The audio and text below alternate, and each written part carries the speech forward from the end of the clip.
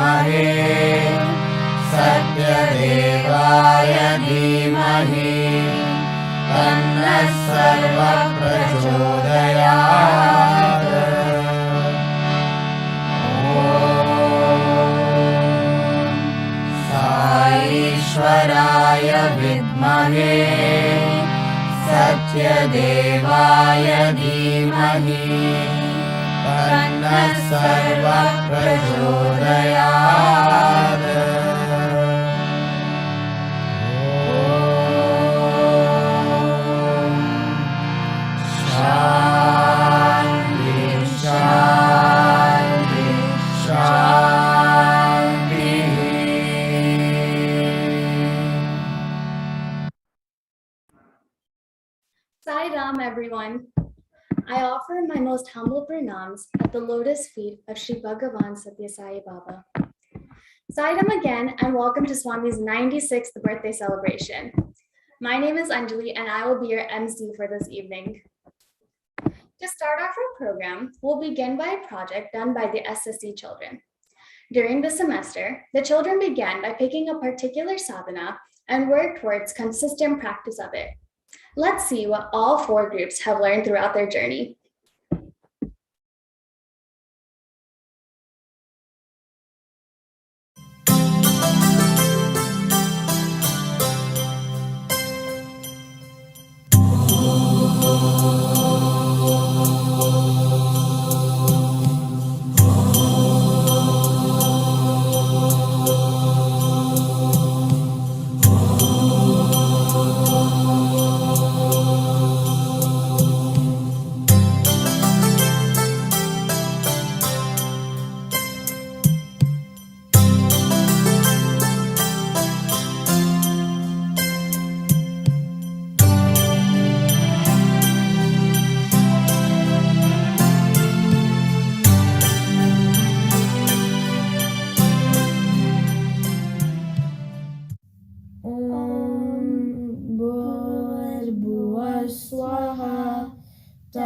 Svatiturvarenyam Bhargo Devasya Dhimahi Dhiyo Yo Na Prachodayat.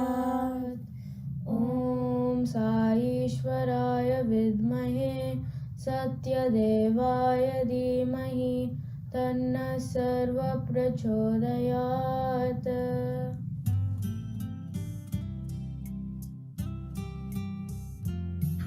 My name is Vaishnavi and I joined SSC and I learned about Baba and I do Sargastra every day and I love you Baba. Happy birthday.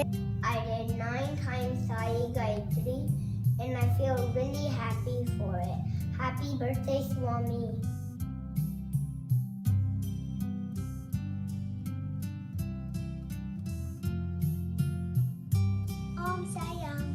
I have been chanting Gayatri Mantram 9 times a day. It keeps heart healthy and removes bad things from the body. Sairam, the sadhana I chose to practice was to spend more time with my family. Every day after school, I ensured to tell my mom all about my day. We also started having dinner together ever since I started the sadhana. This also helped a lot with my communication skills. For Swami's birthday, I was doing night prayers and telling Swami how my day was. And after that, I felt very calm. And then when I was telling how my day was going, then I felt very happy. Saram, if there's one thing I learned from my 9 weeks of SSC, it's that the small things matter, whether it's staying after school to talk with your math teacher about the assignment or giving a compliment to a sad friend, they all matter in the end.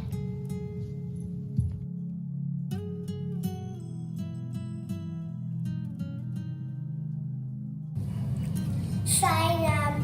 So my sadhana for Swami's birthday is every morning I offer a flute to Swami and I do my Brahmarpanam before all my meals and I never forget to offer a flute to Swami, but sometimes I forget to do my Brahmarpanam before my meals, like while I'm eating, when I remember, I stop eating and then I say my Brahmarpanam and then I continue eating. And I am happy to keep up my sadhana and so Sairam.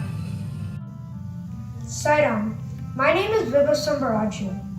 Over the past 9 weeks in Group 2, I've picked up 3 sadhanas. 1 is making my bed. 2 is talking to Swami. And my 3rd one is doing morning prayers. Making my bed makes my room nice and clean in the morning and throughout the whole day. Talking to Swami gives me a mean of strength and courage. Sairam. So my sadhana to Swami was to have better time management. To do this, I started off by doing all my difficult tasks first and all my easy ones later, so that once I finished the difficult task, I wouldn't feel demotivated or tired because the next coming tasks were easy. By doing this, I was able to sleep a lot earlier than I normally was. Normally I was sleeping around like 12, 1 or 2.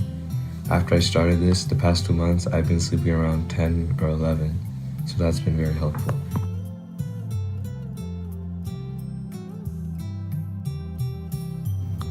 For my birthday sadhana, I had to talk to Baba about my day.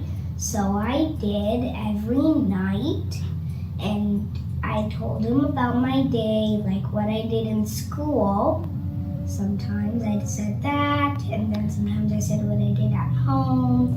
So I said like that, and I did that, and I felt really happy, and Papa is one of my closest friends. Happy birthday, Baba, and here's a cupcake I made today. Early. Happy birthday.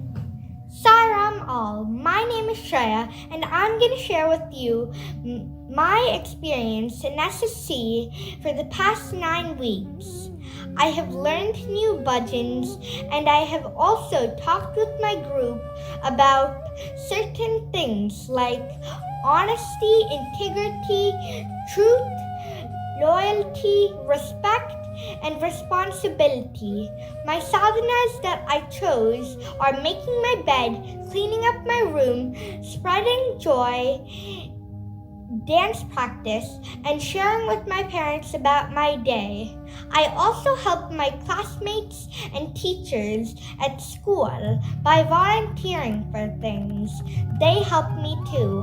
I'm thankful for my teachers and instructors who lead me through SSC. Thank you, everybody.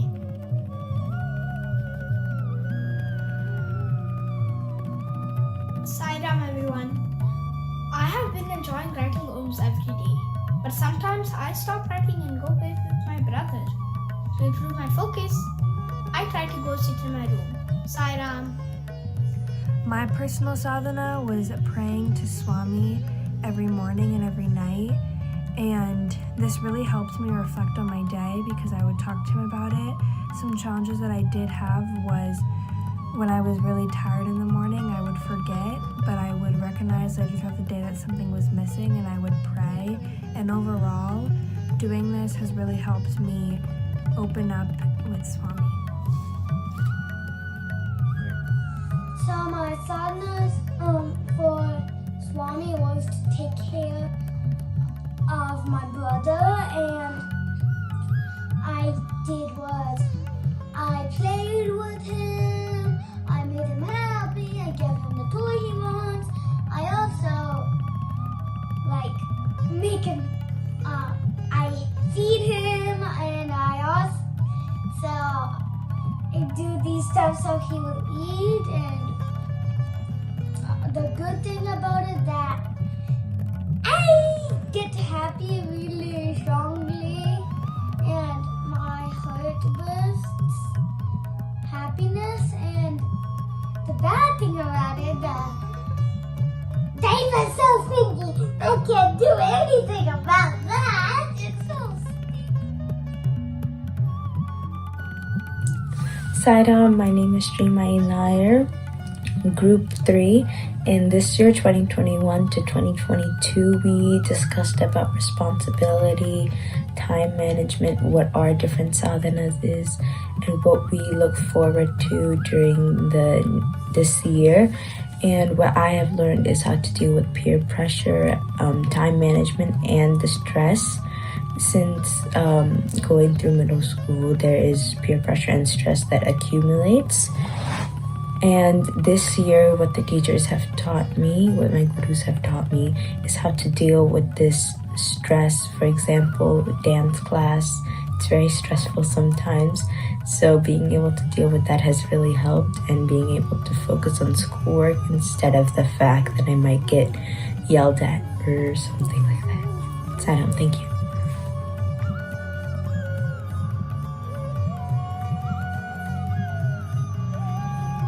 I have learned a lot about respect and responsibility.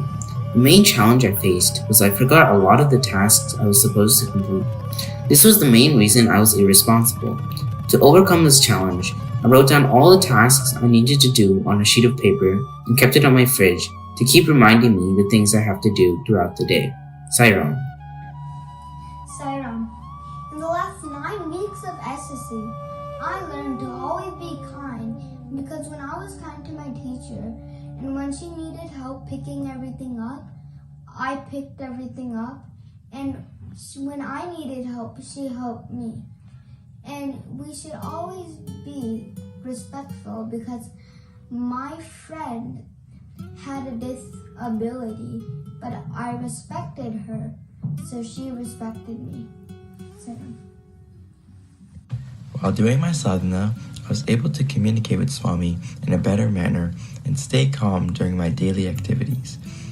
I felt like I was able to get a stronger connection with him, and it really kept me feeling safe in his presence. I am grateful to be blessed with his grace. My sadhana is Vicky the Japa.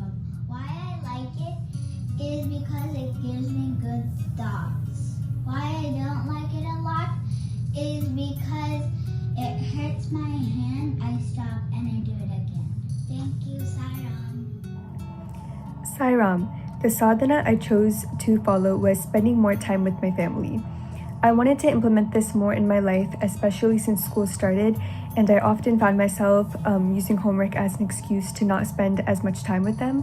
However, spending time with my family, even if it was just as simple as eating dinner with them, made me feel more connected with them, and I now feel like I can communicate more openly and share my thoughts and feelings with my family more.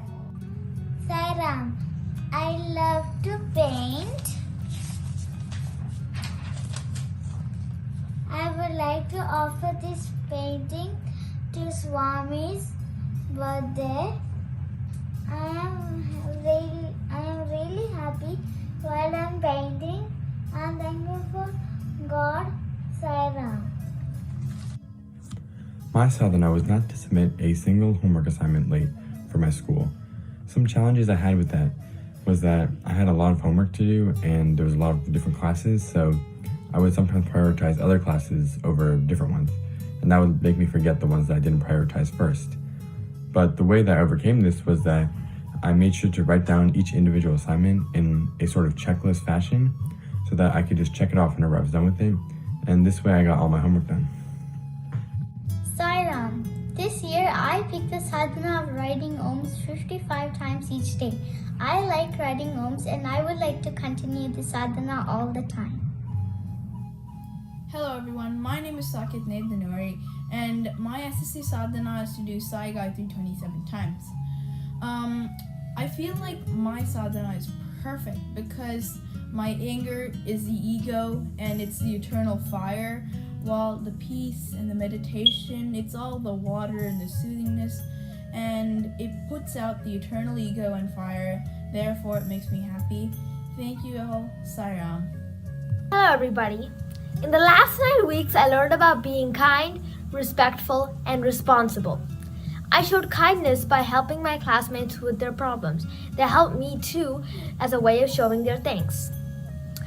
I was respectful because I helped my parents and teachers with their troubles. They were caring and kind back to me as a way of repaying me. I showed responsibility by taking care of my younger sister and being more organized. This helped me get into a more organized routine. This is what I learned in the last 9 weeks. Thank you.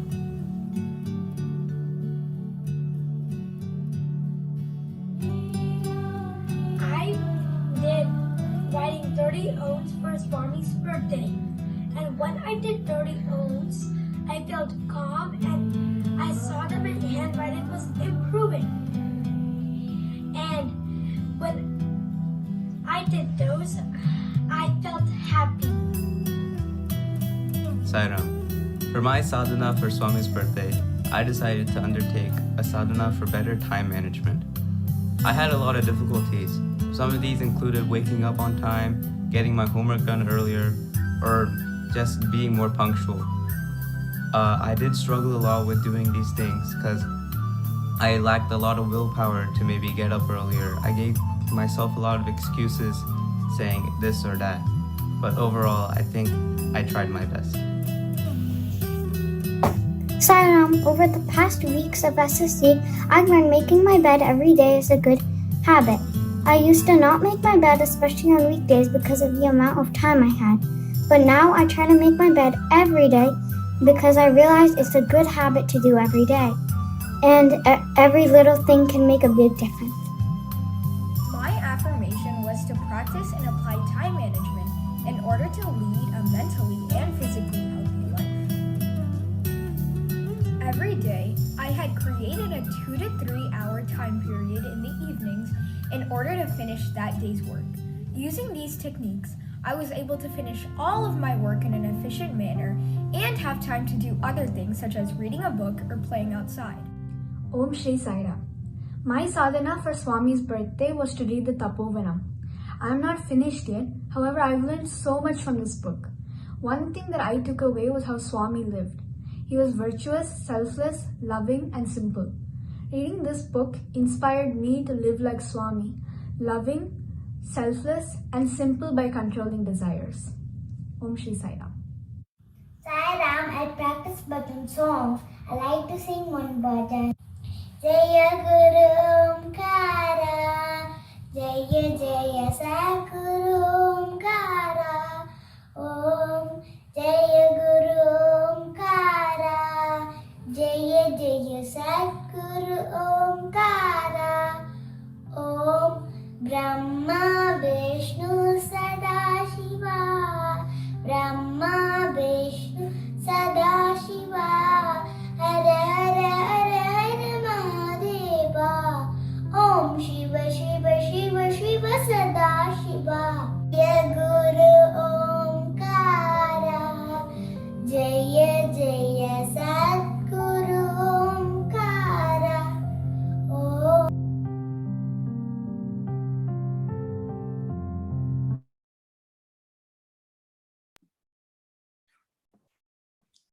That was such a good offering from our SOC children. Thank you so much for all your offerings. And it's so nice to see that any sadhana anyone chooses, regardless of your age, with just a little bit of practice, it's something that we can put into our daily lives and make sure that we're implementing it every day.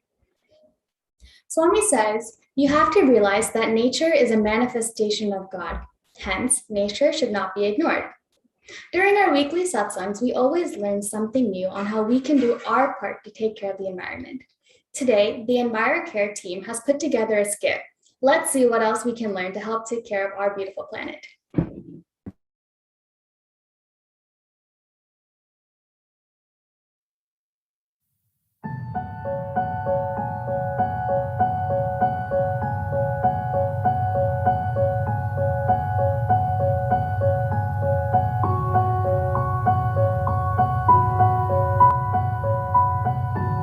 How is your school today, Roma? Good. You know, I did an art project today. Let me show you. These many packages at the doorstep? Mom, who ordered these packages and what's inside? I have no idea. Might be someone in the house. Let's go and check. Mom, where are you coming from with these many bags? I'm coming from grocery shopping. You know, I like to have my things organized. So I packed all my items in different bags. Mom, do you hear someone crying? No, I don't hear anything. But I hear, Mom. I think someone familiar crying out loud. Someone familiar?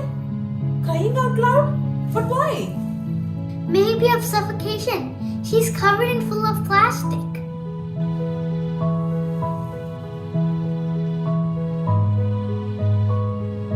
Much of the planet is covered in discarded plastic, which is harming animals, human, and the environment. They take 300 years to photodegrade. Every year, about 8 million tons of plastic waste escapes into the oceans from coastal nations.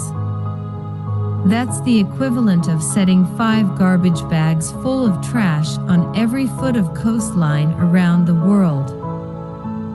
Refusing to use plastic bags can make a huge difference to the plastic pollution.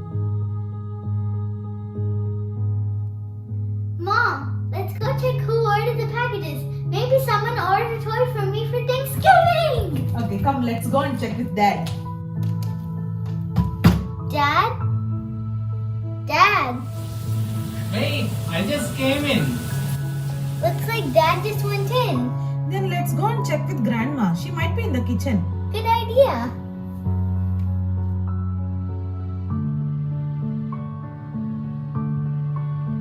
Mom, did you order anything?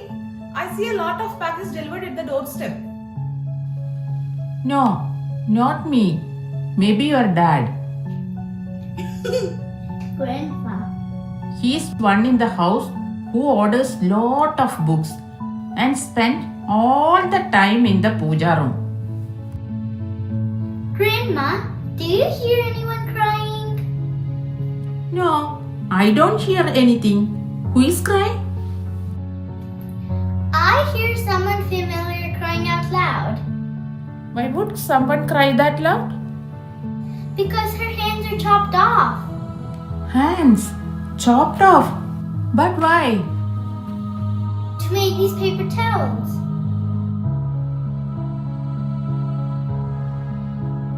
In the US, we currently use more than 13 billion pounds of paper towels each year. 110 million trees are cut down to make these paper towels, which are then used just once and thrown away. If every household used just one less roll than normal usage, we could save 544,000 trees each year. Also 40,000 tons of waste and $1.3 million in landfill dumping fees can be saved. Therefore, reduce the usage of the paper towels and save trees. Dad, are you done? 5 minutes. Okay, Dad. Come, let's ask Grandpa. Yes, Grandpa might have ordered something for me. Grandpa! Oh my god! You always disturb my puja? See? I have to start all over again. Sorry, Dad. Did you order something? The doorstep is full of packages. No, I don't need anything. It could be your brother. Uncle? He might have ordered one more mobile or iPad again. He's always with his electronics. iPad! Quiet. Go and check with him. He'll be in the room, working with his gadgets. Grandpa? What's now? Do you hear someone familiar crying? Crying? Who is crying here at this time? I hear someone familiar crying. But why? Maybe she no longer breathes the air because it's full of smoke and pollution?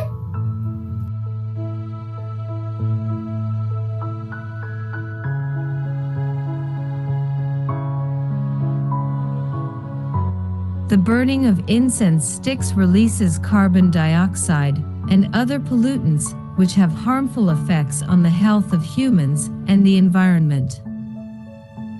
The smoke from incense sticks and paraffin wax candles is a major contributor to the degradation of air quality, resulting in air pollution. This pollution is hazardous to health.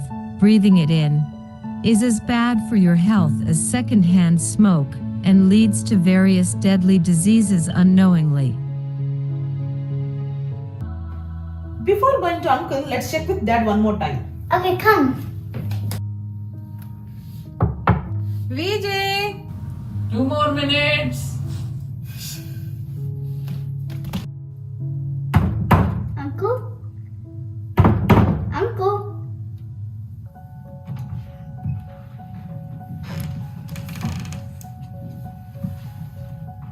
Uncle?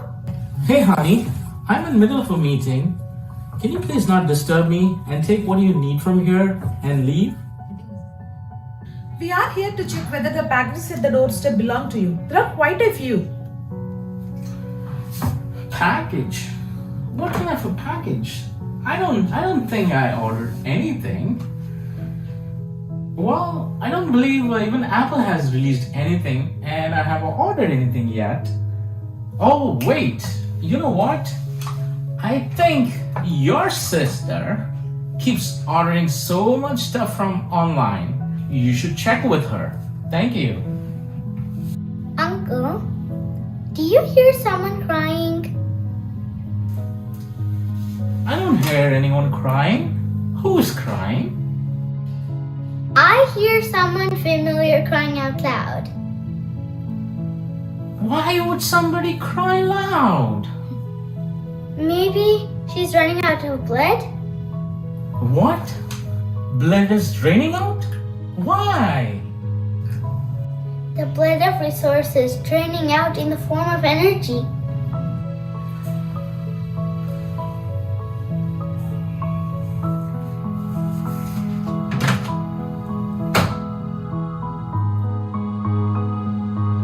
A According to the Environmental Protection Agency, 17% of nations' CO2 emissions come from private homes in the form of electricity usage. The biggest effect of using too much energy leads to increase in the carbon footprint. The more electricity produced, the more carbon dioxide will be released, which will just sit in the air and can lead to global warming. Our overuse will contribute to the scarcity of the natural resources. Daddy! Wait, I'm almost done. Come, Daddy.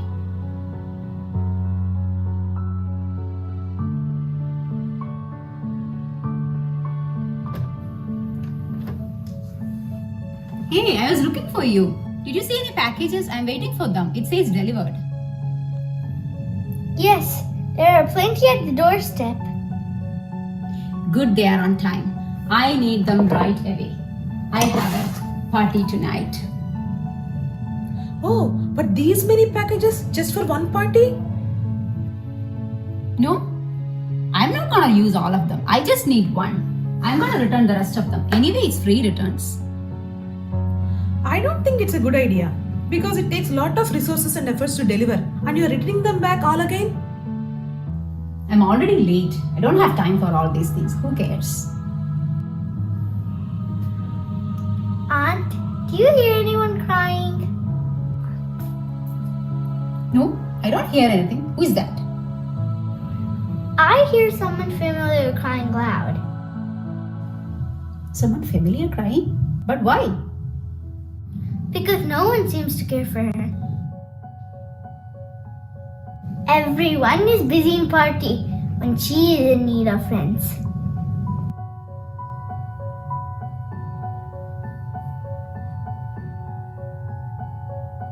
Worldwide, approximately 17 billion items are being returned every year. This totals to 4.7 million metric tons of CO2 emissions. In the United States alone, returned products creates over 15 million metric tons of carbon dioxide emissions annually, which is more than the emissions from 3 million cars. Remember, there is no such thing as a free return, especially for the planet. Dad? What's the problem? Why are you knocking the door continuously? How long do you stay inside? Why do you ask me the same question every day? Let me enjoy my shower peacefully. Dad, do you hear someone crying? No, I don't. Who is crying? I hear someone crying loud. Why do they cry loud? Maybe she's thirsty and has no more water to drink. No water? Because you're wasting water taking long showers.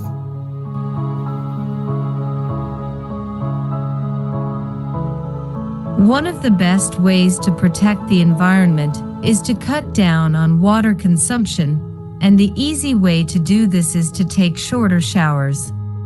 If the 300+ million people in the United States reduce their shower by a mere 1 minute, we would save around 170 billion gallons of water each year. Water is one of the most valuable resources we have. Make sure you don't waste more than necessary. These are some of the incidents that we come across in our daily lives. And there could be many more. When you do such things, do you hear someone crying?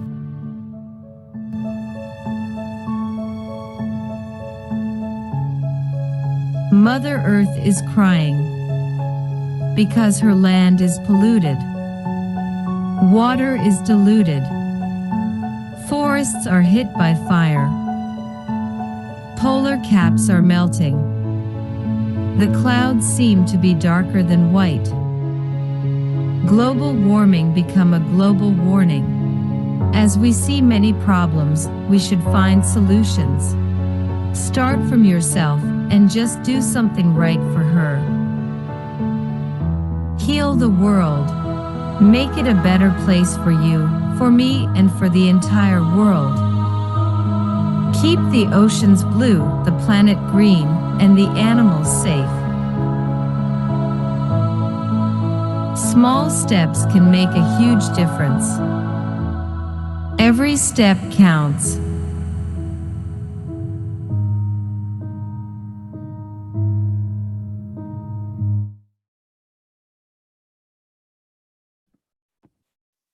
There are so many little things we can do just to help our environment and our planet. And I know next time I see anything that was mentioned in this video, I'm going to have Roma's little voice in my head saying, "Do you hear someone crying?" Swami also says, "Service to man is service to God." In honor of Swami's 96th birthday, we have made 120 cupcakes to distribute to both our Sai families and to the Broomfield Church. Along with the cupcakes, they've also made 96 blessing bags, which consist of necessities for the winter. Aside from the Seva activities that were done specifically for Swami's birthday, every month there is an offering done at Shepherd's Way and Broomfield Church, where there is a breakfast distribution and pasta distribution.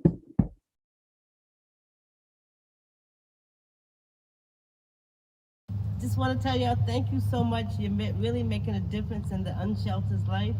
They really don't have anybody that's even something as simple as socks or hygiene products. That means a great difference to them. Their mental health, it takes them a lot for somebody. They need to know that somebody cares. They call me and they're really appreciative. They're gonna love these bags and the cupcakes. They're really gonna go crazy over that. But thank you so very much, and you're making a difference.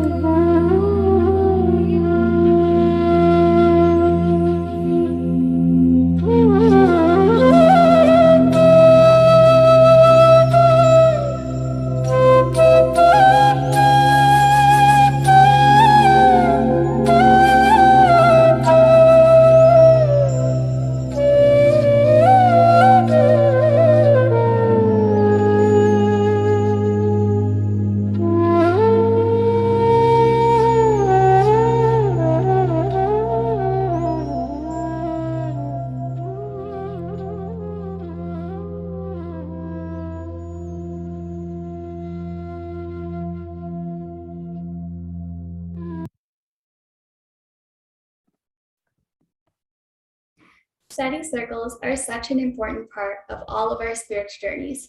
Venu Uncle, along with a few of our other members, have put together a few highlights on the things that have happened over this course of the year and how satsangs can impact all of us in a different way.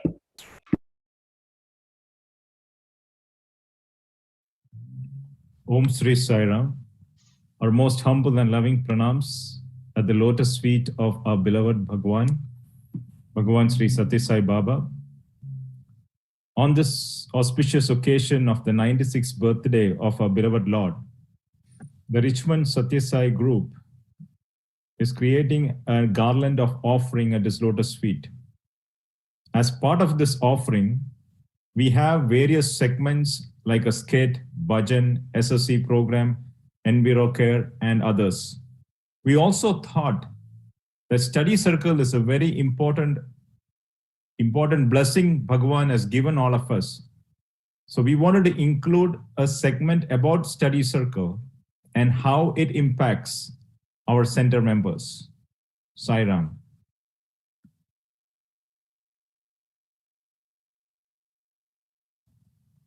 For our center, we've had study groups on Sundays before we sing bhajans. Our goal is to be inclusive as possible, and therefore what we've tried to do is have a significant quote by Swami, and then have all the participants briefly comment on that quote. The idea with it is to try to be practical, not theoretical. That is, the quote from Swami has a relationship to how we live our lives today and how we live them as Sai devotees. So each of the participants in the study group has an opportunity to speak about how that quote has impacted their lives or how they put it into practice. And also participants can pass if they choose to. In addition, we ask members of the organization to suggest topics and to lead those discussions.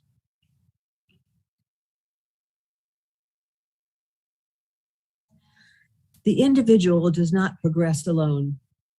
He is not separate from society, and he must do his bit to uplift society. Therefore, the individual's work to free himself from animal characteristics and to live a spiritual life is not done for himself, but is done for all of God's creatures. The work of freeing the individual's nature from animal qualities is done in love for God and done in his name and with his help.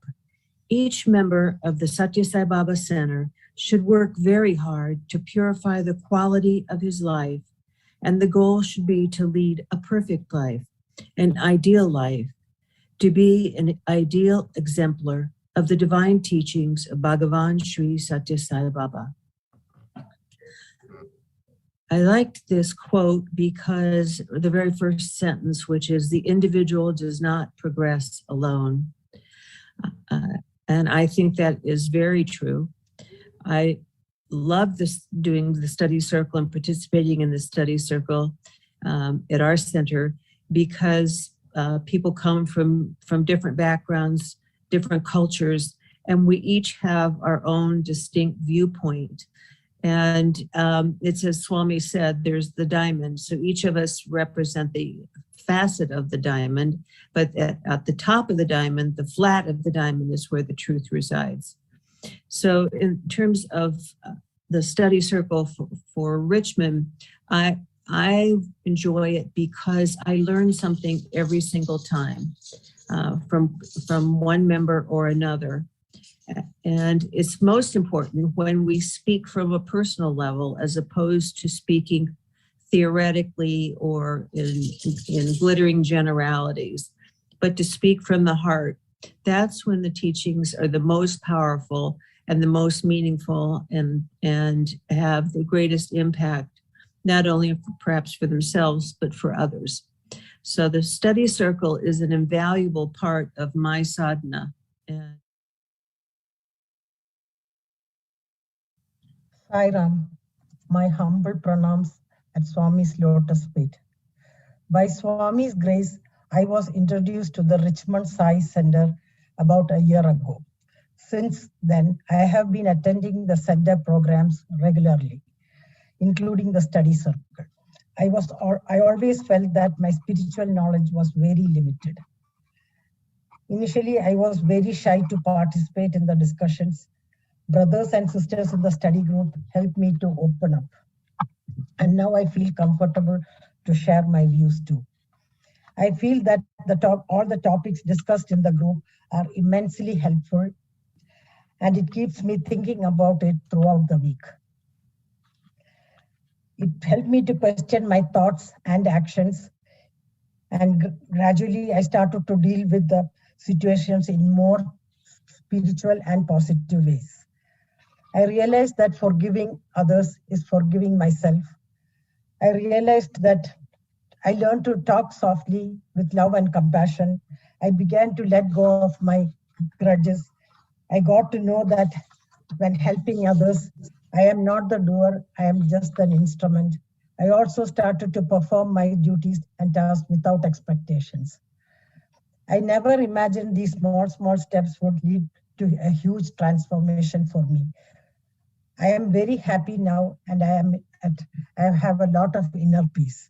I am not perfect, and I have a long way to go again, but I am enjoying this journey. Earlier, I used to get involved in bhajans and prayers only. Now, with the study group discussions, I am able to implement my Swami's teachings in my life. It's purely Swami's grace. Sai Ram.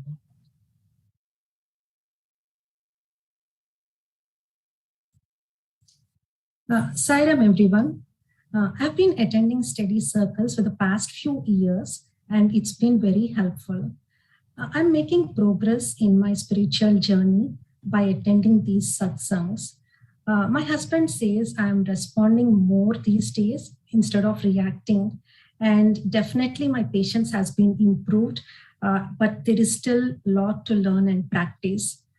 I had some personal challenges in the past, and chanting Gayatri Mantra helped me a lot to let go and to live more in the present. And this was suggested by one of our Sai brothers and sisters in the study circles. I get inspired by the experiences and sadhanas that our Sai brothers and sisters suggest in the study circle. I know there is a long way for me to go, but I get motivated and charged every week by attending these satsangs. The topics that we discuss in the study circle, a lot of times I can relate to my personal situations, and even my questions get answered at times. So when I have an issue or need help, I know for sure I can rely on my Sai brothers and sisters for their advice. Thank you, Sairam.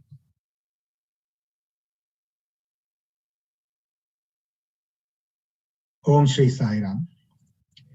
Shankaracharya said, Satsangatve Nitsangatvam, Nitsangatve Nirmohatvam, Nirmohatve Nischalatatvam, Nischalatatve Jivan Mukti. What he meant is starting point for the self-realization is the good company. Satsang. Now, for us, study circle is that good company where we share and discuss spiritual ideas. Now, the question today is, how do we make the best use of this opportunity that is given to us by Swami? I think, in my opinion, this opportunity is best utilized if we attend a study circle with an attitude that we are receiving and learning from Swami himself. No one is a giver in Swami's court. Everyone is a taker. Of course, we should share what our heart prompts in the study circle, but the main idea with which we should come to study circle is to be open, receive, and learn. If we come with empty mind, he can fill it. If we come with a mind full of ideas to share, we may miss an opportunity to learn.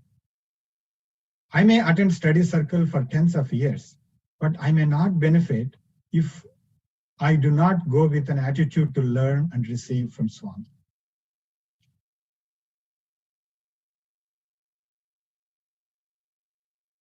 In conclusion, we have heard from several brothers and sisters today about their experiences of study circle. Study circle means different things to different people. For some, they receive messages from Swami for the questions that have been lingering in their mind. For some who are in trouble or desperate need, Swami's solace words comes through the study circle. For others, it's a spiritual journey where they learn and imbibe Swami's teachings in their life.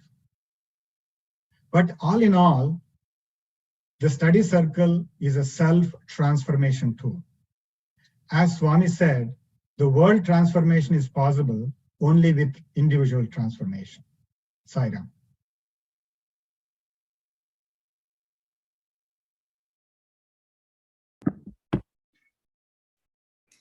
This year, the YA and devotional team came together to offer something for Swami. We wanted to make it a little different than the typical Frank and Angelina skit. So since we just learned about what a satsang is, we decided to conduct our very own satsang on the topic of self-transformation. There were a few interesting characters, but at the end, everyone seemed to learn something. Let's see what we can all learn from this power of self-transformation through a satsang.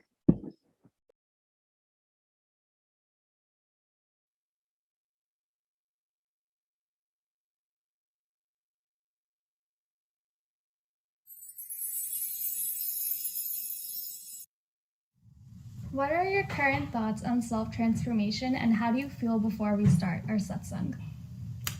To me, following Swami's teachings is the path to self-transformation.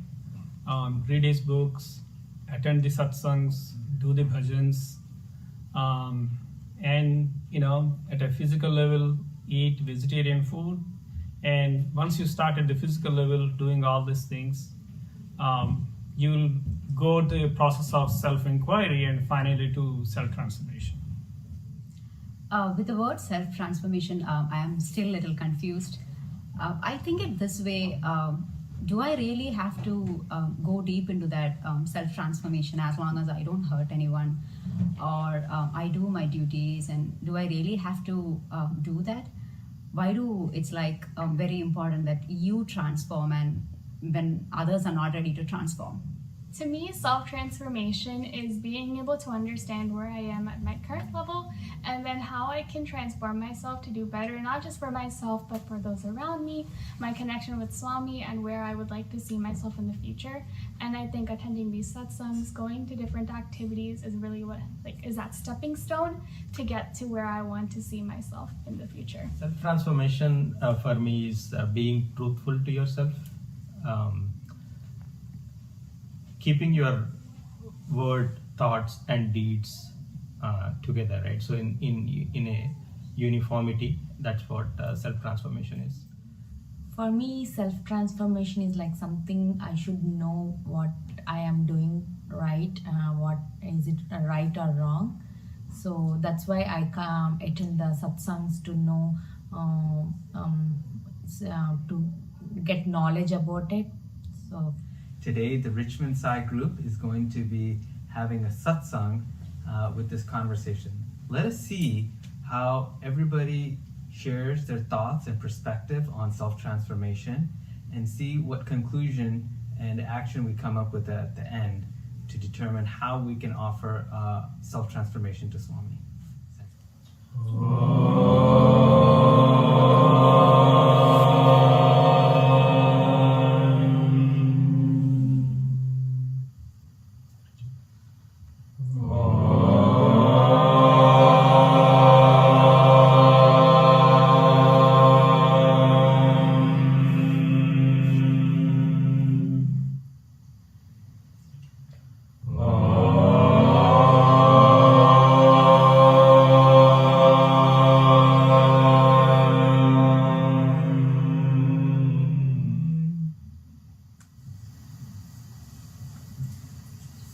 Would you want to read the short story? Sure. Sairam. So, Ratnakara, the robber who waylaid travelers and pilgrims and robbed them of their belongings. When some sages whom he attacked reacted with loving kindness, warned him, and revealed him to a sacred path of devotion and dedication. He gave up his cruel profession and plunged into severe spiritual exercises which transformed him into great poet Saint Valmiki. There is the example of the highway robber who collected the fingers of those whom he robbed and strung them into a garland round his neck. He was so proud of this horrid achievement that he named himself Angulimala. But when he had encountered the Buddha and listened to his compassionate counsel, his mind was cleansed and he became a faithful follower of Buddha. Man can be educated or nurtured into higher levels of consciousness. The Sastras, scriptures, offer the means of purifying the mind. Other living beings have no such help or encouragement offered to them. They have to plod on as of old. This is the reason why life as a human being is a unique gift. So to start off our satsang, our first question is, what are the impediments that stand in the way of our spiritual transformation? At least for me, the main impediments that stand in the way of spiritual transformation are anger. So that's one of the key things, right? So sometimes when I get agitated when something doesn't go in my way. So for me, how do I smoothen that out? So that's the biggest challenge that I have to take it up for self-transformation. definitely my ego, my anger, like how Brother Venkat was mentioning. There are many qualities inside me which is blocking me. I cannot say like my family is blocking me, or my parents, or my wife and my children. That's just an excuse. It is just inside me. Probably I might have to focus more and be a Valmiki, at least not Valmiki, be a Val in Malayalam. Val is a tail, okay, a tail of a god. At least I be a Valu of God. Sairam. For me, bad thoughts are my transformation. I think one of the main impediment that stand in my way of, in the way of my spiritual transformation is just like the question which comes in me, that why do I have to transform?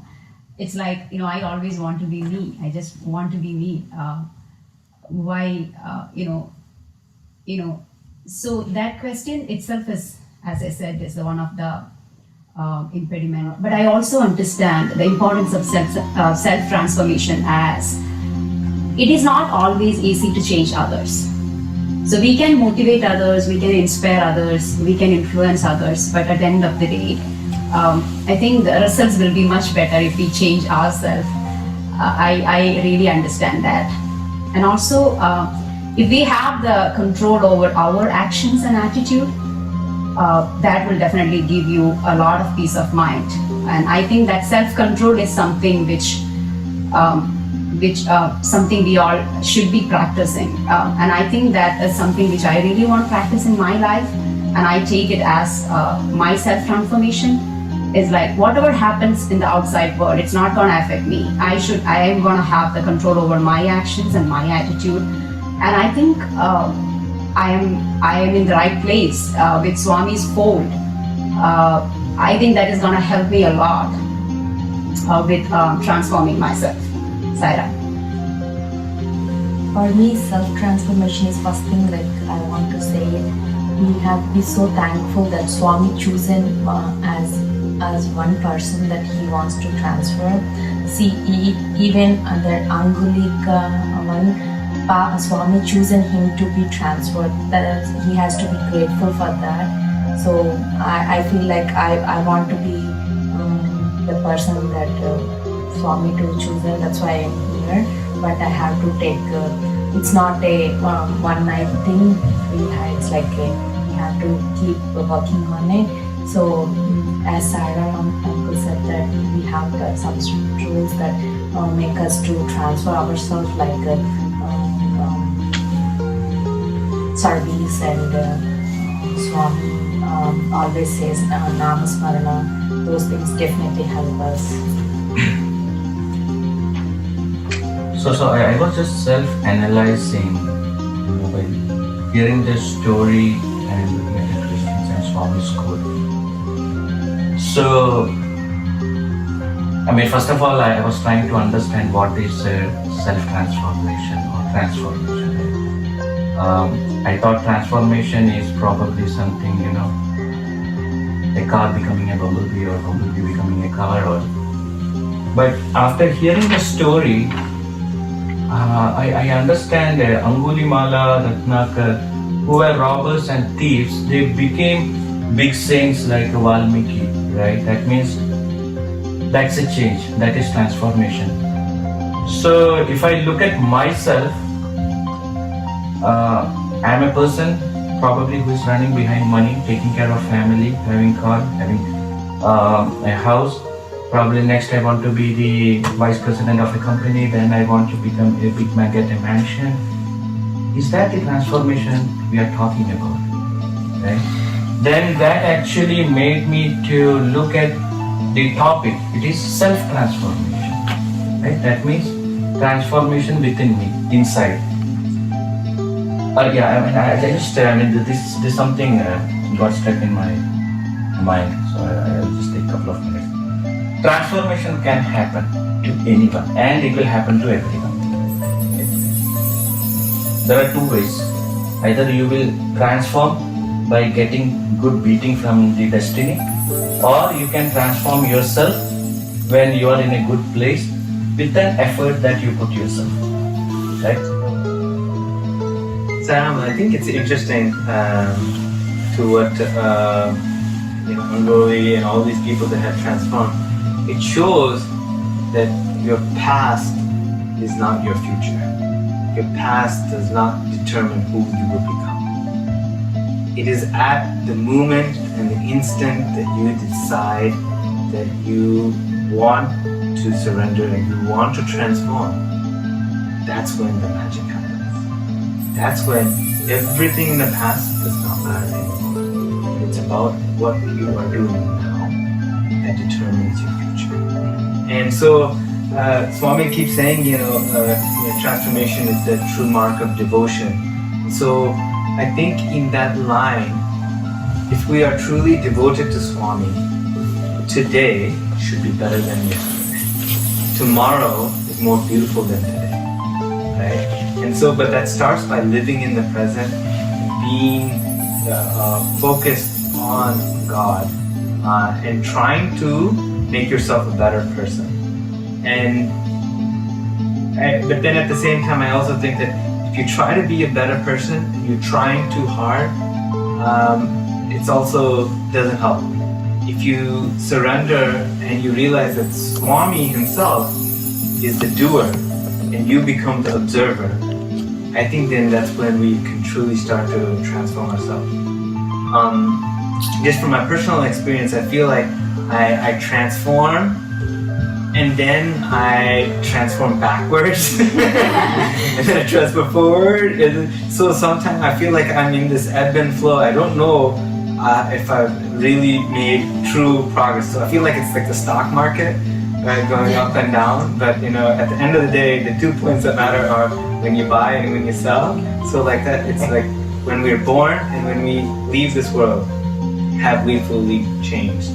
So the second question about what steps do we take every day?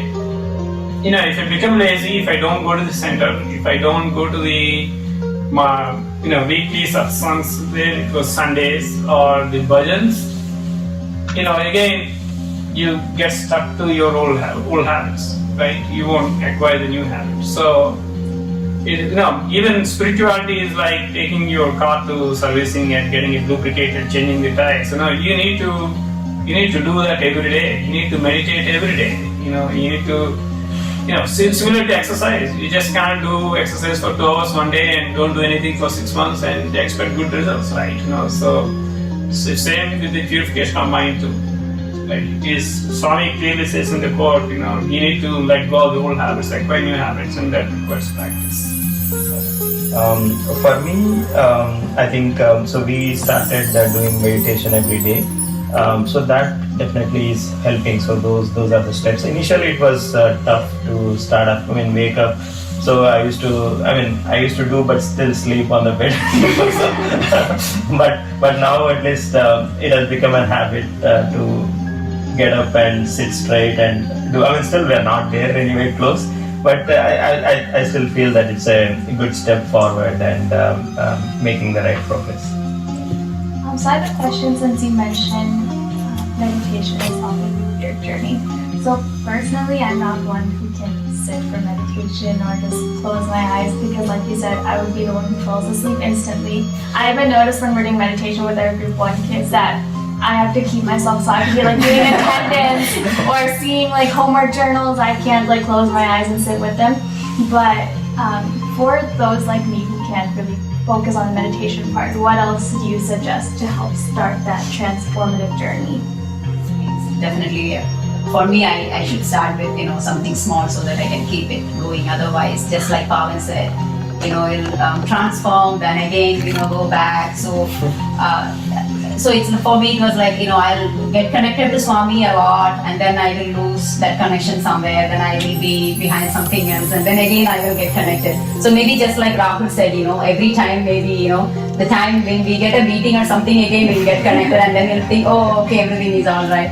So for me, something which I started doing, every day is reading Swami's literature just before going to bed. Either I read it in front of Swami's picture in my first floor, or sometimes I'll be like, in a way that I will be watching TV or something, so I don't want to get distracted. So I take that book to my bed, and then I just lie in my bed and then read that, and then I just close the book and put it aside in the side table, and then I sleep.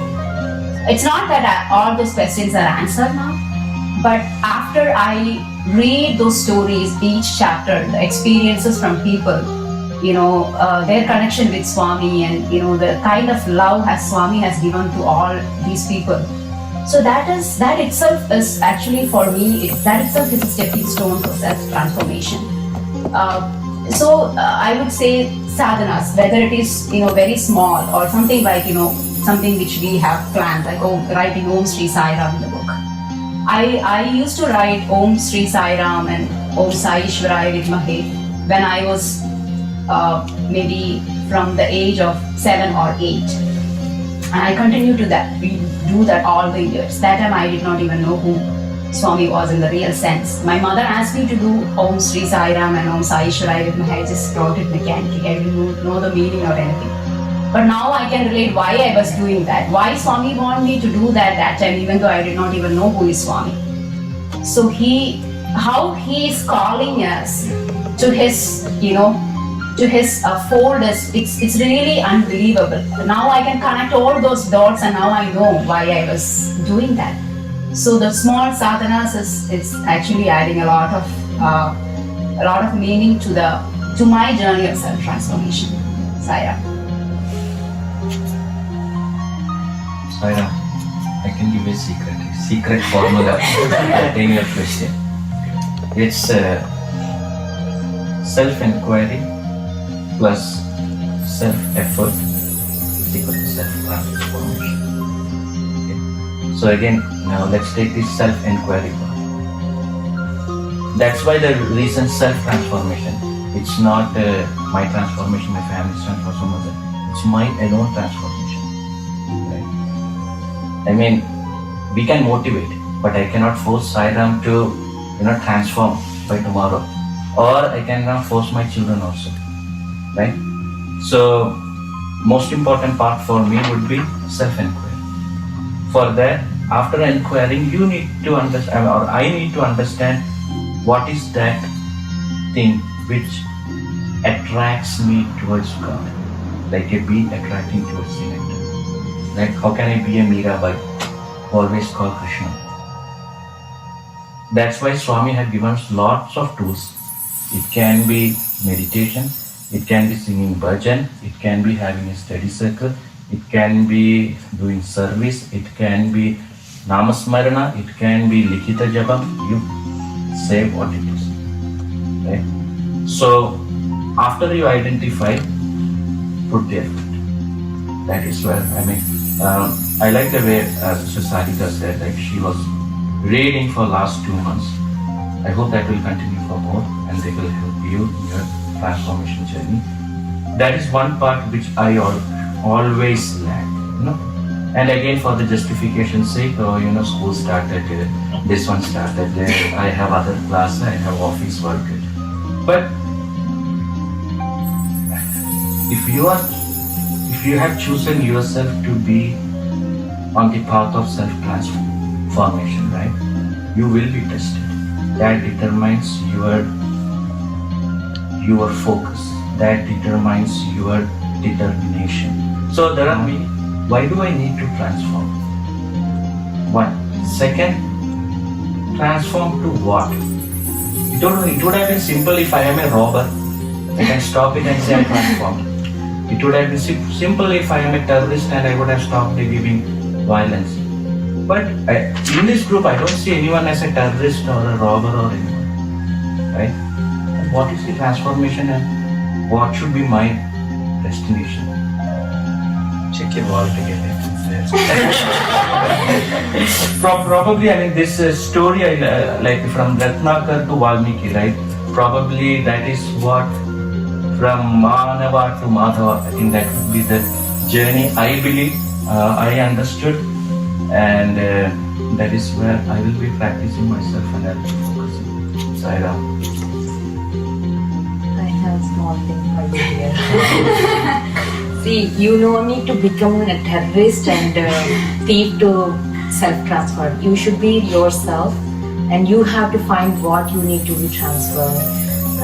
I use Swami Namasmarana to get rid of my bad thoughts too and have a good thought. And I still need to work on how to be happy, smiling always, and accepting the situations and people or whatever it comes to me. Those are the transformations that I need to work on it. That is my self-transformation. The way I, deal with that child, how can I change? So those are the simple things I want to work on, or how I talk with people. How can I be more sweeter? How can I be a person that be so nice that nobody can beat me? I mean, I'm not saying that it's a competition, but it's a good thing, right? To be too nice so that nobody can beat me. So those kind of things are something which I really want to work on. Sairam. Where I need to transform is based on where I'm struggling over and over and over again. Every time I'm struggling over and over and over again is that Swami keeps giving me that same test because he wants me to transform in that space, right? So I constantly, like you, I'm getting mad at Nitya, it's time to go, let's rush for school or whatever it is.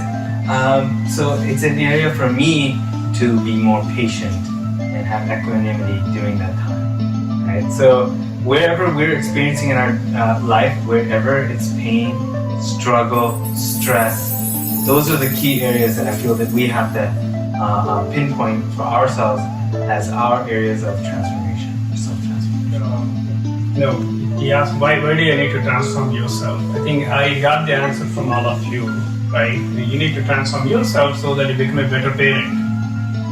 You become a better son or daughter. You become a better neighbor. Right? How they talk nice and sweet.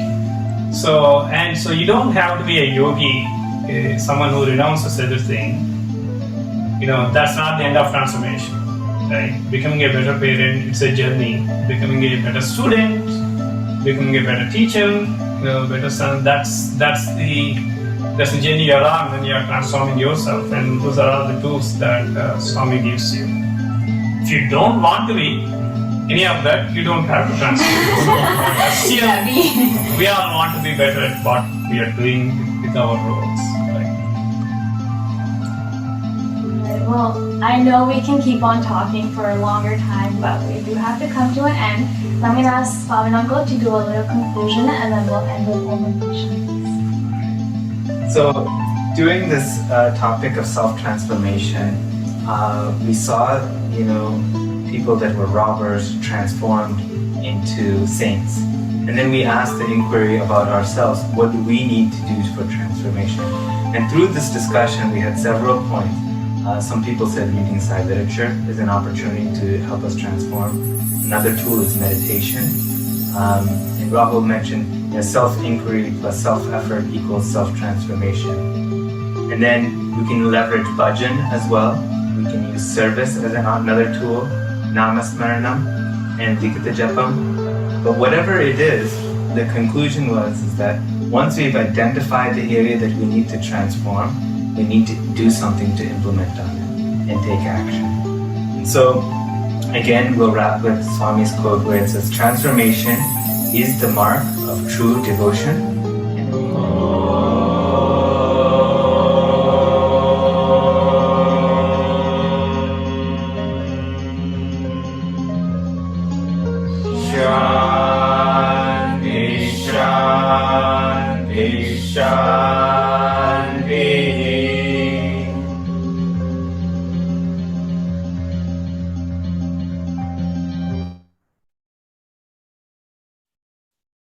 Attending a satsang can help us so much in our transformative journey. Maybe not all of us will be able to become a regular car into the bumblebee transformer, but metaphorically, we can all do it one way or another. I would now like to introduce our guest speaker for the evening. Sister Jan Disanti is an educator who was introduced to Swami by one of her 4th grade students. Since then, she has traveled to Bharti in 2010 to receive Swami's blessings. Swami then instructed her to get trained in the human values.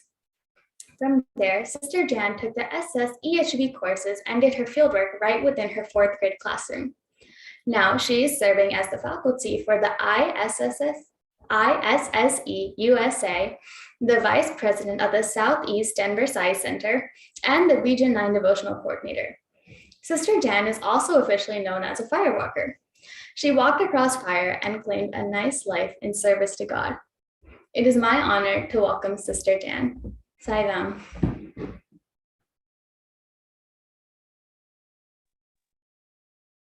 Sai Ram, Sister Anjali. Thank you so much for that generous offering and introduction. I offer my humble pranams at the lotus feet of our beloved Lord, Sri Sathya Sai, Baba, the keeper of my heart. Thank you all for having me today. I always like to start with a prayer or a song that's a prayer. Oh Lord, purify me and make my heart with stealing. That's my prayer to him, to purify me. Take every good thought and take every action, soaked in the sweetness of love and compassion. Oh Lord, purify me and make my heart worth stealing. Isn't that a beautiful image? Lord, purify me and make my heart worth stealing. On his birthday, for his birthday celebration, it is my joy to offer this shared loving satsang to our Lord as a love letter for his birthday. You know, Swami says that my birthday is when we are one. We are realized with him. So on my journey, there's been a lot of his teachings that have made a really big impact, but one of them is being with children. So I was introduced to Swami by one of my 4th grade students in 2009. And we start out with a cultural heritage project where we introduce ourselves to one another. And this year, 2009, my 4th grader, she came up to me and it was her turn. And we share our faith, our cultural practices, our family, values, what we believe. And I serve a population of 54 different languages from all over the world. And it was her turn. And we also brought things or objects that represent our faith. And I had a special shelf in my classroom where the children could see the Lord was there with them. Not only feel it, but see it. It was my prayer that they felt the Lord through the love that we all shared. So she brought in a 5x7 picture of Swami, and it was framed, and she said, Mr. Santi, this is my God, and he wants to know you. Something shot through my heart in that moment. I felt it as truth. Even though I've been raised Christian my whole life,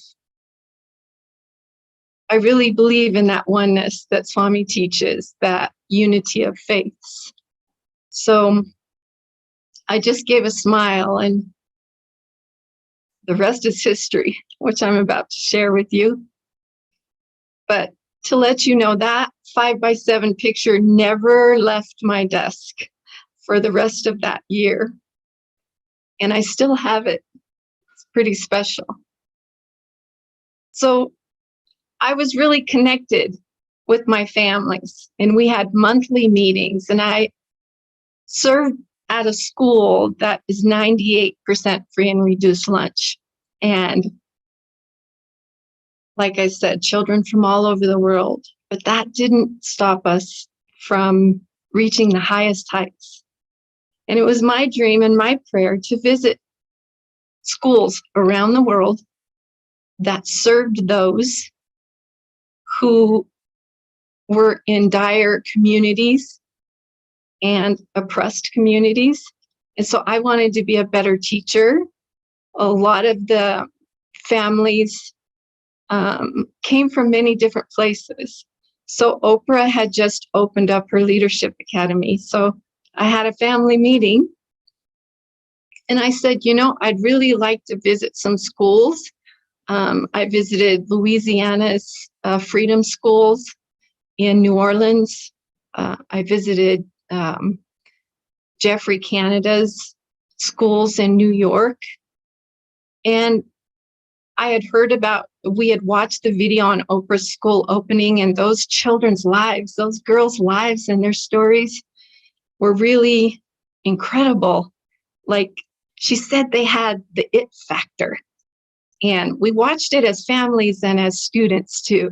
And the it factor is no matter what your circumstances is, that you still live and thrive off of the oneness of just knowing who you are, that joy and that drive, that commitment, that dedication. And these girls had that. And they were going into 8th grade. That was the first year she was starting it. So I had prayed about it, and then I shared it with my families. And this family of the little girl who introduced me to Swami, they stood up and they said, you know what?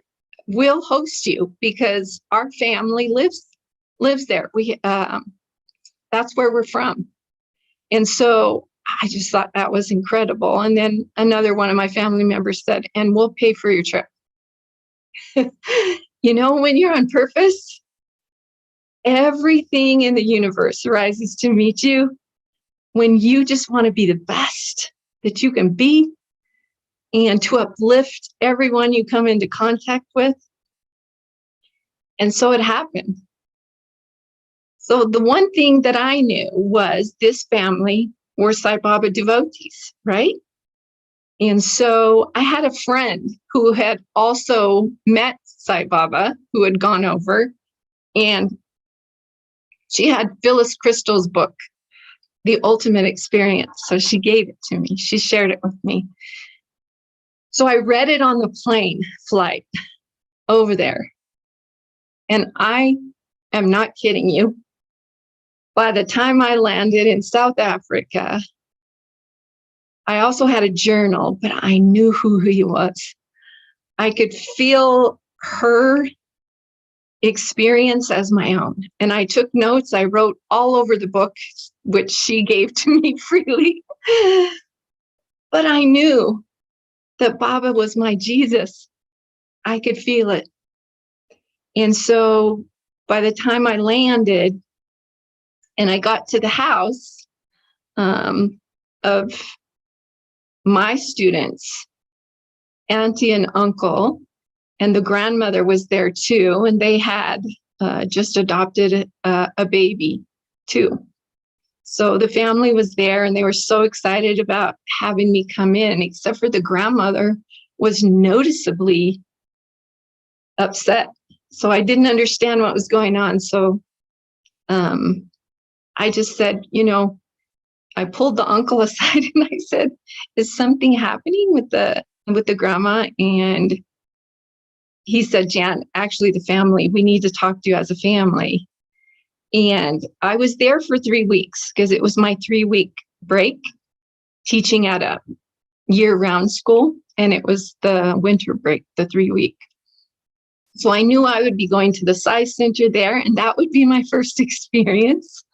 But I was just excited about a lot of it. And I want you to know that my children and families really didn't have a lot, but they made it their mission, their purpose to, before I left, like we watched the video of all the girls' stories and talk about love.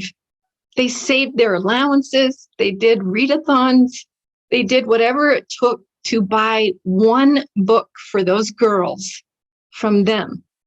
And then they wrote on the inside of it, you know, a letter to them of inspiration and encouragement, and how inspired we were by their stories that we watched and we learned their names. And every child, every family, every child put a personal note and bought a biography of someone who inspired them. So I brought all of those books there too. So it was truly a family affair. And it brings me so much joy to share this story with you on Swami's birthday celebration, because he has definitely ordained it. So I bring in all the books and everything, but I go into the front room to have the family gathering because I didn't understand why the grandmother was kind of upset. And they shared with me that they had called Oprah's school, and Oprah, and that they said I could not attend, that I couldn't go, that actually no one was allowed. There had been an incident a few months before that was pretty serious. So not even the families were allowed to go and visit their daughters because it was a boarding school for the girls. And it was pretty serious. And I didn't even waver. I didn't flinch. And I just looked at them and I said, no worries, because Swami said he's going to bless me. Well, they were a little shocked by that because they didn't really know that I knew Swami on that level, or at least as God, which I didn't really before I got on that airplane. And I said, please don't worry, he will take care.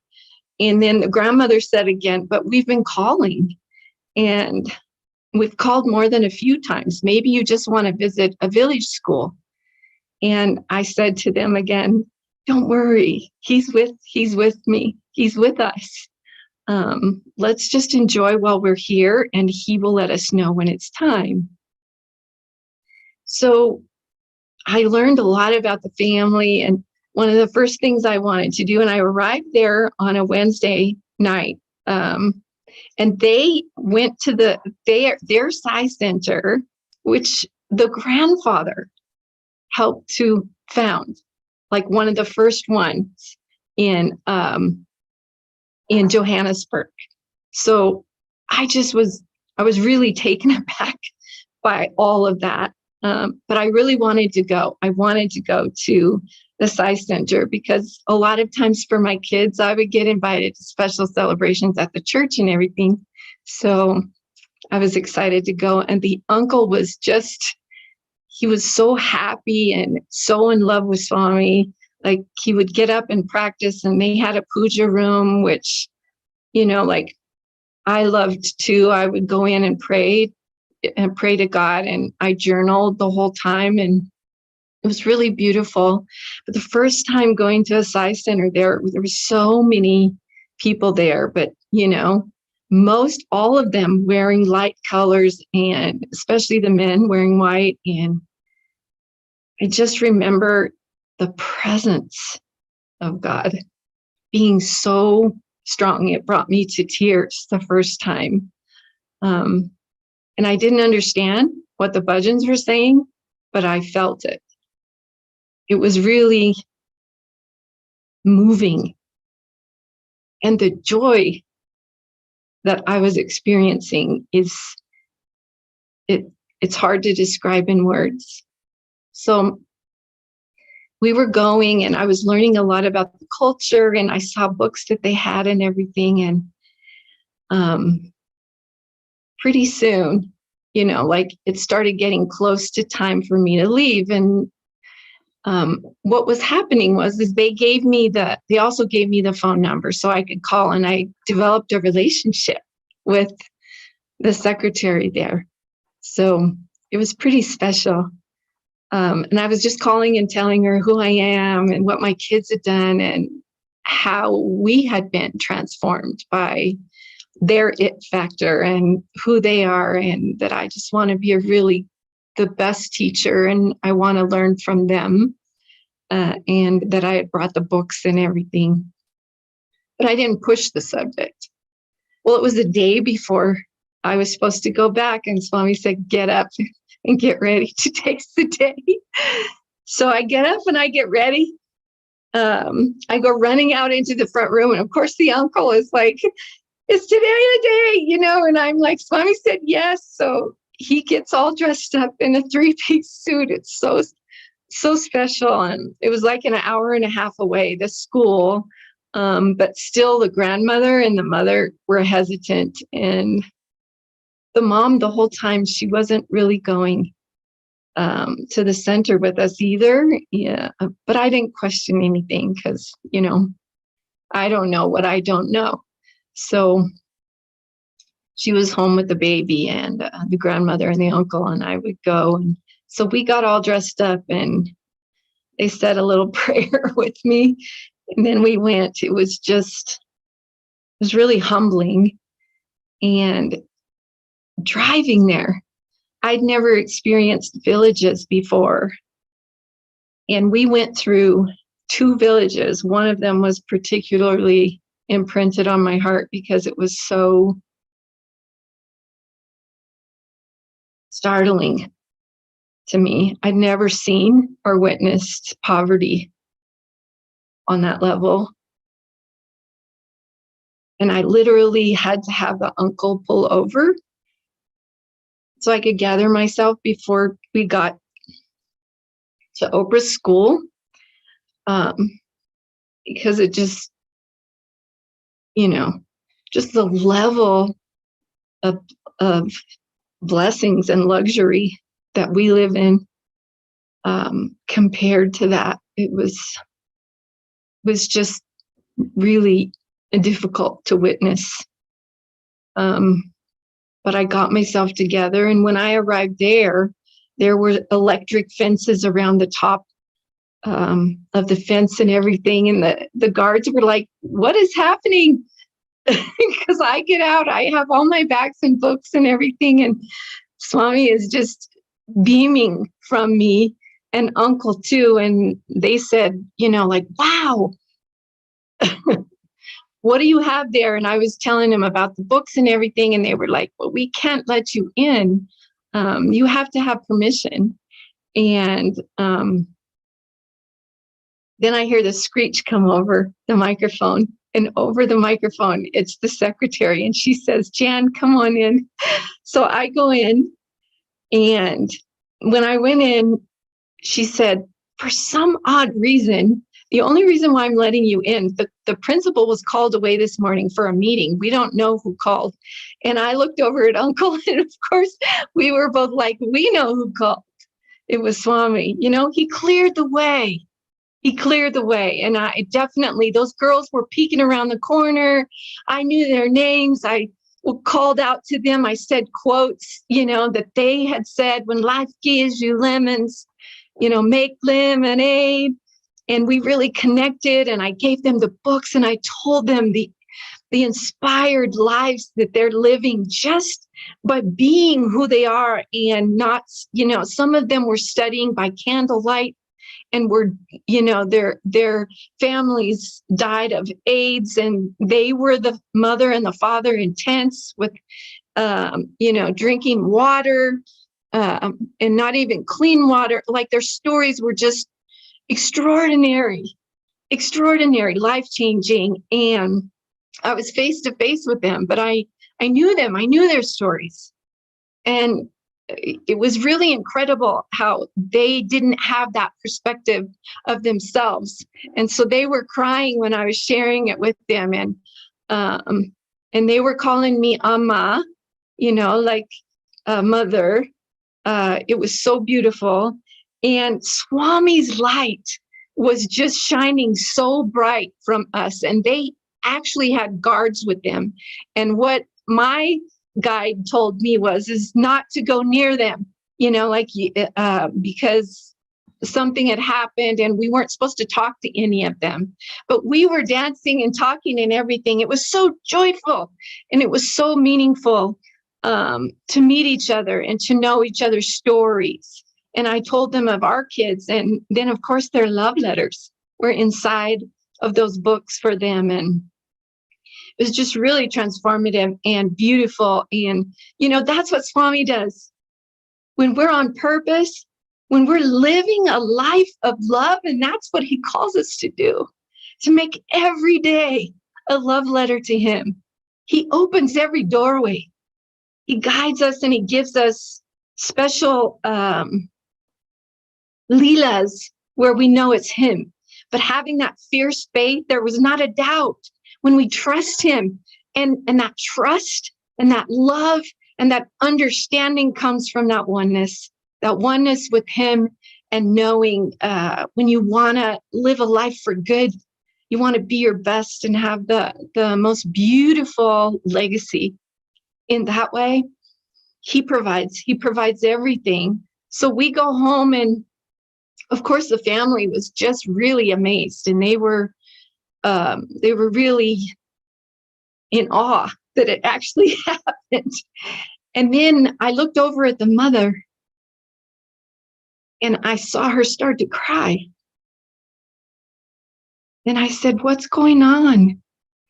And she said, "I have to tell you something. Your faith has changed my life." And I said, "Why? What's happened?"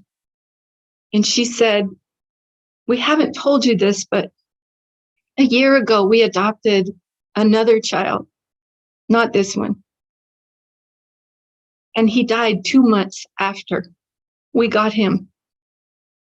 She said, "I have not been to the center or prayed to Baba ever since, because I've been in so much pain. I don't understand why he would bless us with a child, because we haven't been able to have our own children, and then take him away."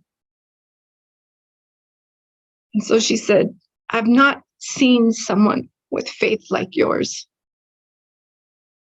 And she said, "I would like to go with you all to the center tonight. And I would like to take the baby, to bring the baby to Swami to be blessed." You know that moment where you realize the real reason why you've been blessed to do something. I knew I was blessed to go there, to be the best, teacher I could be, to relate, to give my kids an opportunity to love and to share love. But this was the reason he brought me. This is our Lord of love coming into my heart and expanding into theirs. She went into the bedroom and dressed the baby. We went to the Sai Center, and everyone there loved this family so much. And they knew the story. We took the baby up where his chair was and laid her at his feet. And we did an offering, a prayer offering, and they had me come up and be there. My life was changed that day.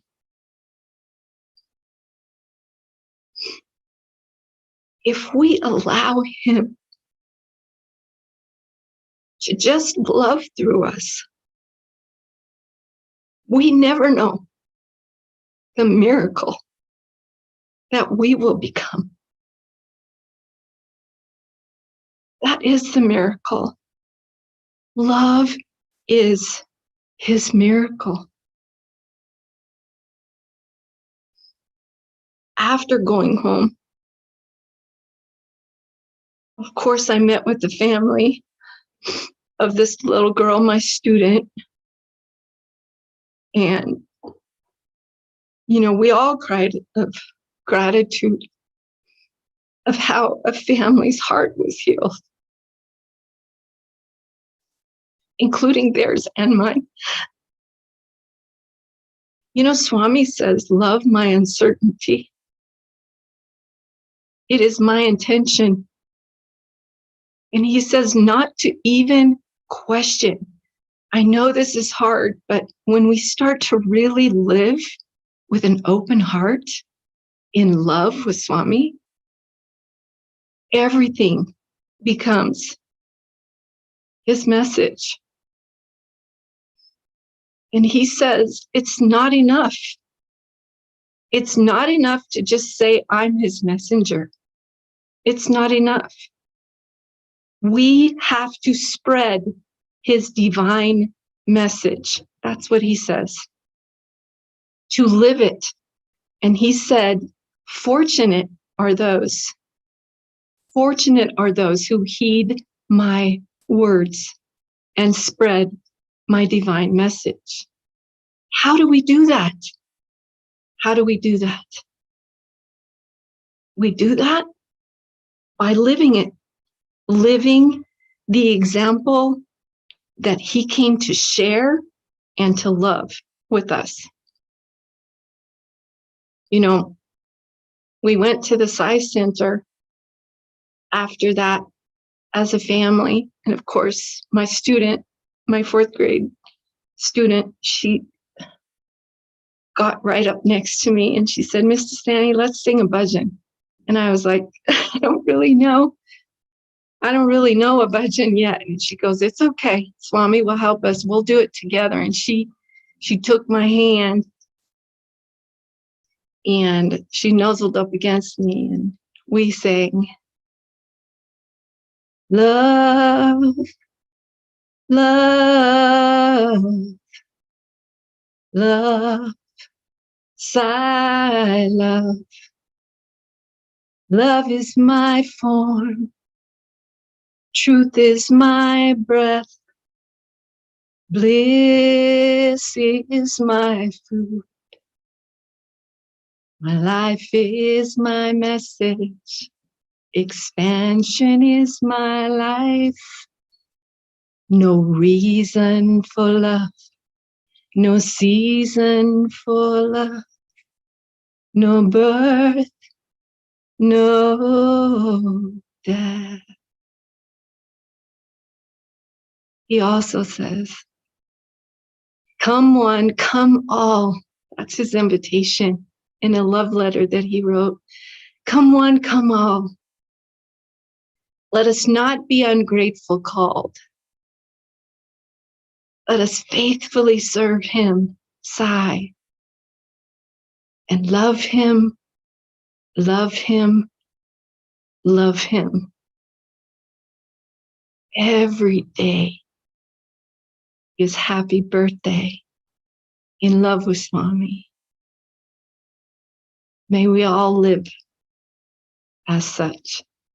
Sai Ram.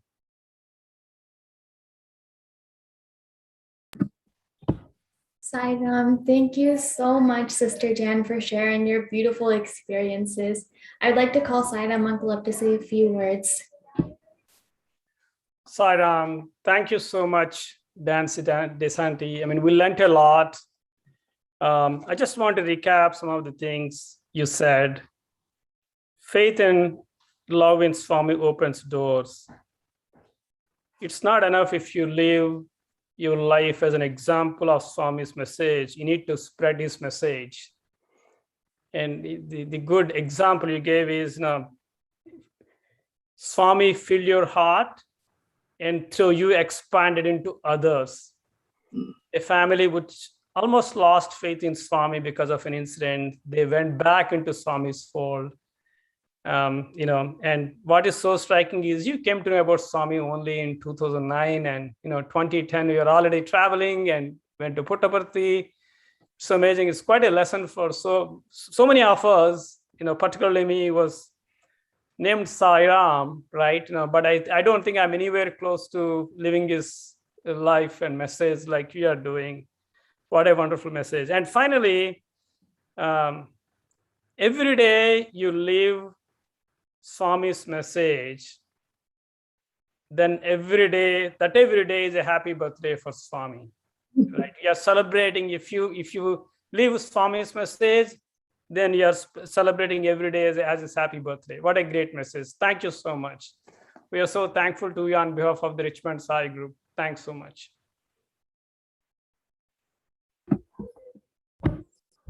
To close off our night, we will be ending with bhajans. The videos seen in the devotional offering will take us through the journey of Swami's life in his physical form. Sai Ram.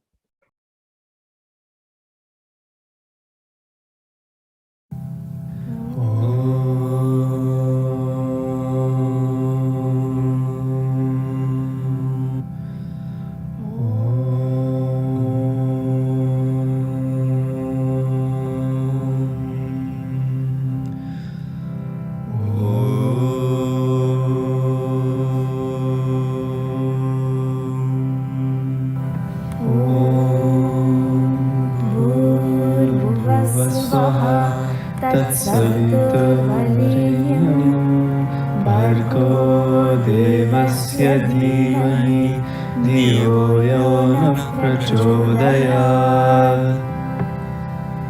ॐ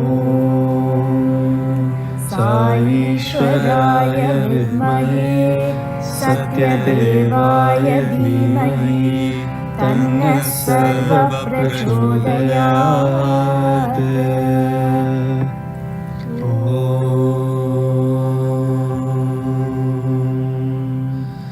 शांति शांति शांति।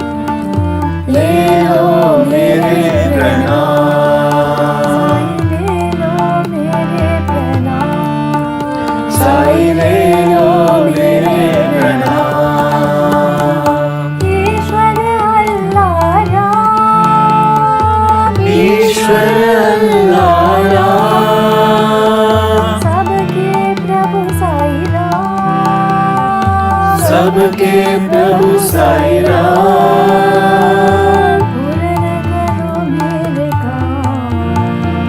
पूर्ण करो मेरे काम, परम शांति प्रिय राम, परम शांति प्रिय राम, साई बाबा प्रणाम।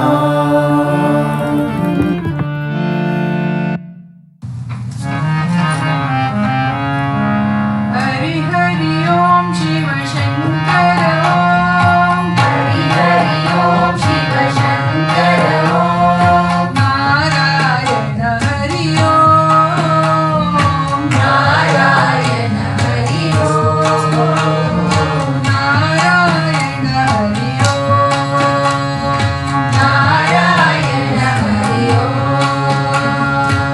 केशव हे शिव माधव हे, केशव हे शिव माधव हे, नारायण हरि ओम, नारायण हरि ओम, नारायण हरि ओम, नारायण हरि ओम। परमात्मा अंतर्यामी, परमात्मा अंतर्यामी, नारायण हरि ओम, नारायण हरि ओम, नारायण हरि ओम, नारायण हरि ओम, नारायण हरि ओम, नारायण हरि ओम। साई नारायण हरि ओम, साई नारायण हरि ओम। अलक निरंजन भव भय भंजन नारायण नारायण, अलक निरंजन भव भय भंजन नारायण नारायण, नारायण नारायण नारायण हरि नारायण, नारायण नारायण नारायण हरि नारायण, नारायण नारायण नारायण साई नारायण, नारायण नारायण नारायण साई नारायण। अलक निरंजन भव भय भंजन नारायण नारायण, अलक निरंजन भव भय भंजन नारायण नारायण, नारायण नारायण नारायण हरि नारायण, नारायण नारायण नारायण हरि नारायण, नारायण नारायण नारायण हरि नारायण, नारायण नारायण नारायण हरि नारायण।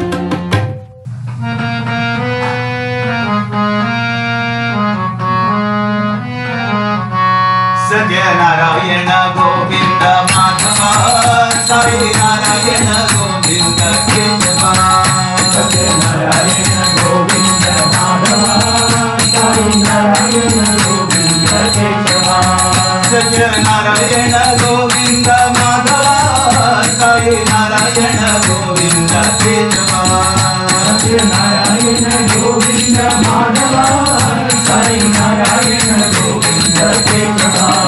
हरे रामा हरे रामा हरे रामा हरे हरे, हरे रामा हरे रामा हरे रामा हरे हरे, हरे कृष्णा हरे कृष्णा हरे कृष्णा हरे हरे, हरे कृष्णा हरे कृष्णा हरे कृष्णा हरे हरे, हरे साई हरे साई हरे साई हरे हरे, हरे साई हरे साई हरे साई हरे हरे, हरे Sai Hare Sai, Hare Hare, Hare Sai, Hare Sai, Hare Sai, Hare Hare.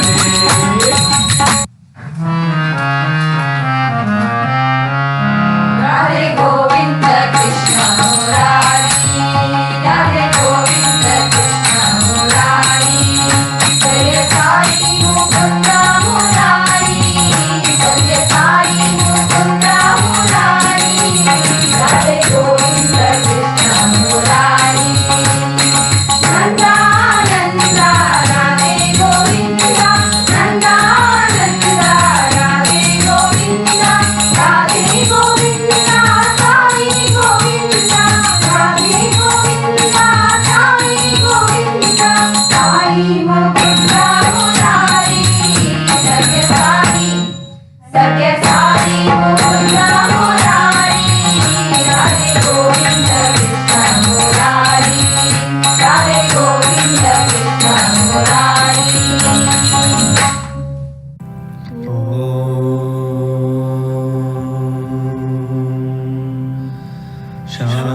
Shanti, Shanti, Shanti.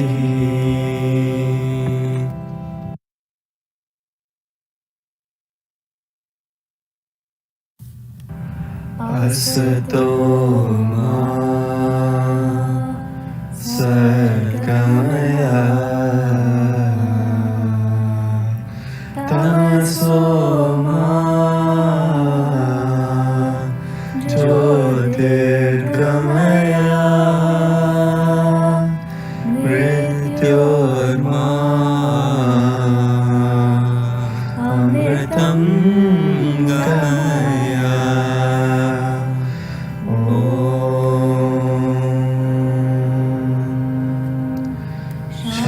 Shanti, Shanti, Shanti.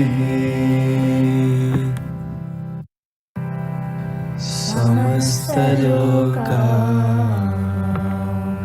sukhino bhavantu, Samasta loka sukhino bhavantu, Samasta loka sukhino bhavantu. May all beings, all the world be happy. Peace, peace, peace. Peace on earth. Peace, peace, peace. For all the universe. For all the universe.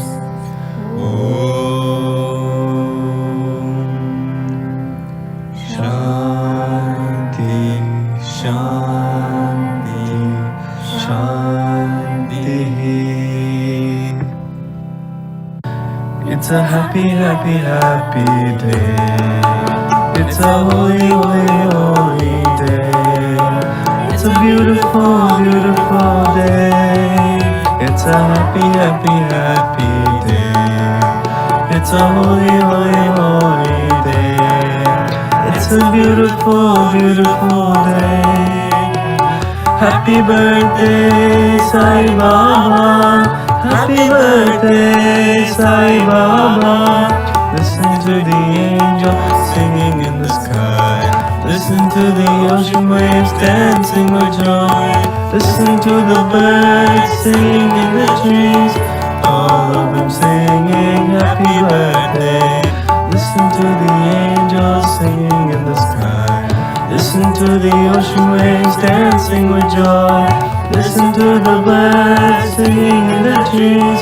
All of them singing happy birthday. Happy birthday, Sai Baba. Happy birthday, Sai Baba. It's a happy, happy, happy day. It's a holy, holy, holy day. It's a beautiful, beautiful day. Happy birthday, Sai Baba. Happy birthday, Sai Baba. Listen to the angels singing in the sky. Listen to the ocean waves dancing in joy. Listen to the birds singing in the trees. All of them singing happy birthday. Happy birthday, Sai Baba. Happy birthday, Sai Baba. Happy birthday, Sai Baba. Happy birthday, Sai Baba. It's a happy, happy, happy day. It's a holy, holy, holy day. It's a beautiful, beautiful day.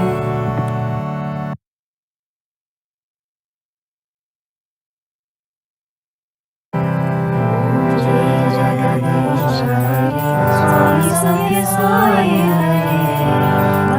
Bhajana Samrajana Bhajana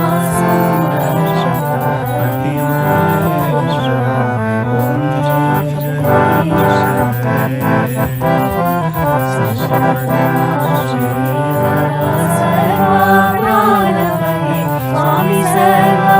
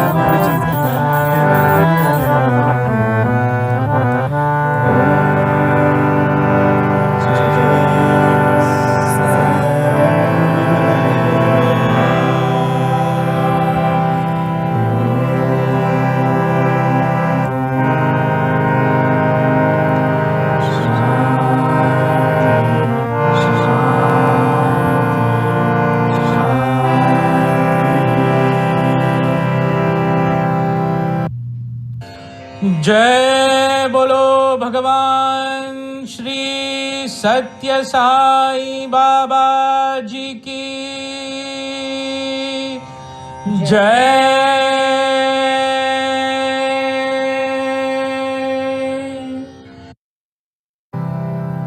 परमं पवित्रं बाबा विभूतिं परमं विचित्रं पीला विभूतिं परमार्थ इष्टार्थमोक्षप्रदानं बाबा विभूतिं इदमाश्रयामि बाबा विभूतिं इदमाश्रयामि Sacred ash, miraculous, Baba's creation, pouring from His blessed hands, holy creation, granting us the greatest wealth, God's divine protection. Beloved Baba, grant us liberation. Beloved Baba, grant us liberation. Paramam Pavitram Baba Vibhutim